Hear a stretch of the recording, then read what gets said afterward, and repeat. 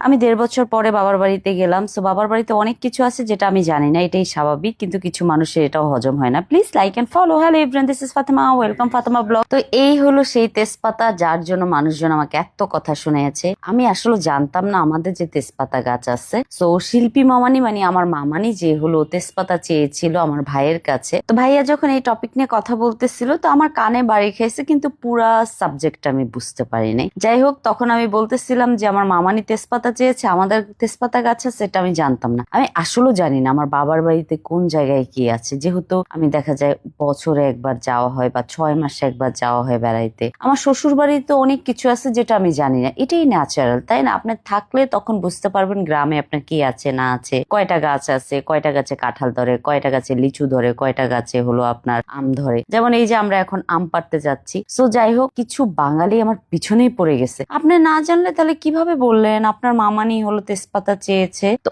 আমার মামানি তেজপাতা আমার ভাইয়ের কাছে চেয়েছে, আমি কিভাবে জানবো? আমার কাছে তো চায় নাই যে মানে ফাতেমা তোমাদের বাসায় তেজপাতা গাছ আছে, আমার জন্য তেজপাতা এনো, এরকম তো আমাকে বলে না, আমার ভাইকে বলছে। আমি কিভাবে জানবো? মানুষজন না বুঝে না জেনে এত কমেন্ট করে ফেলছে, বাবারে বাবা। এই যে দেখেন আম গাছ, আমাদের অনেকগুলো আম গাছ, কিন্তু আমি মানে বাড়ির সামনে যেই কয়টা আম গাছ এইটাই জানি, কিন্তু ভিতরের সাইডে যে আম গাছ খোঁজা দেখা এগুলো তো হয় না, টাইমই কুলায় নাই। কারণ দেখা যায় বাপের বাড়িতে গেলে হাইস্ট 2 থেকে 3 দিন থাকা হয়, তো এর মাঝখানে এত কিছু দেখাও তো ডিফিকাল্ট। তারপর হলো গ্রামে চাচা জ্যাঠা সবাই আছে, চাচি জেঠি সবাই আছে, ওনাদের বাড়িতে যাইতে হয়, ওনাদের খোঁজ খবর নিতে হয়, না নিলেও তো ওনারা কষ্ট পায়, তাই না? যে ভাবে যে আগে যেহেতু বাবা ছিল মা ছিল খোঁজ নিত, এখন ওর বাবা মা নাই বিদায় আমাদের খোঁজ নেয় না। এই যে যেমন আমার চাচা নিয়ে আসছে আমার হাজবেন্ডকে চা খাওয়ানোর জন্য আমাদের বাজারে। তো আমি যখনই গ্রামে যাই, আমি আমার চাচার চেহারাটা দেখলে না আমার বাবার কথা ফিল হয়। তো সব সময় আমি আমার চাচাকে ফোন দিয়ে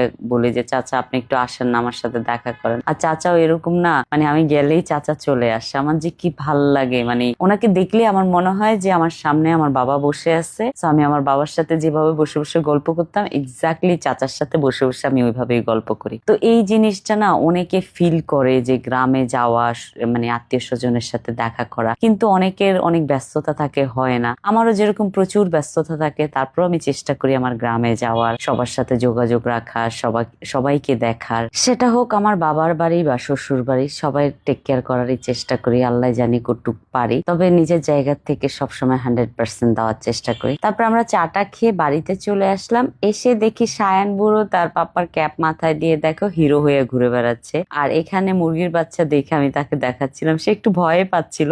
জায়ান আবার এগুলো একদমই ভয় পাইতো না। তা আমি চলে গেলাম হলো এখানে আম যেহেতু পেরেছি কাঁচা আম, একটু ভর্তা না খেলে হয় না বলেন, তাই না? তো এই যে মরিচ গুলো পোড়াইতেছিলাম, আমাদের গ্রামে বুঝছেন এটাকে বাইল পাতা বলে, বাইল পাতার ভিতরে আগুন ধরে আর মরিচ পোড়াচ্ছিলাম। আচ্ছা আপনাদের অঞ্চলে কি বলে বলেন তো? ওই যে সুপারি গাছের খোল যেটা, ওটাকে বাইল পাতা বলে আমাদের গ্রামে। তারপর হলো এই মজার ভর্তাটা বানাইলাম, এই যে দেখেন চটকে চটকে বানাচ্ছি একদম মজা করে। তারপর হলো হাজবেন্ডকে খেতে দিলাম। তো ও আবার হলো চিনি দিয়ে খায়, আমি আবার চিনি ছাড়া খেতে খুব পছন্দ করি, সাথে একটু চিনি দিয়ে দিয়েছে, ও খুব মজা করে খেয়েছে। তো সবকিছু মিলে আজকের দিনটা খুবই ভালো গিয়েছে। Thank you so much for watching my video. Bye bye, আল্লাহ হাফেজ।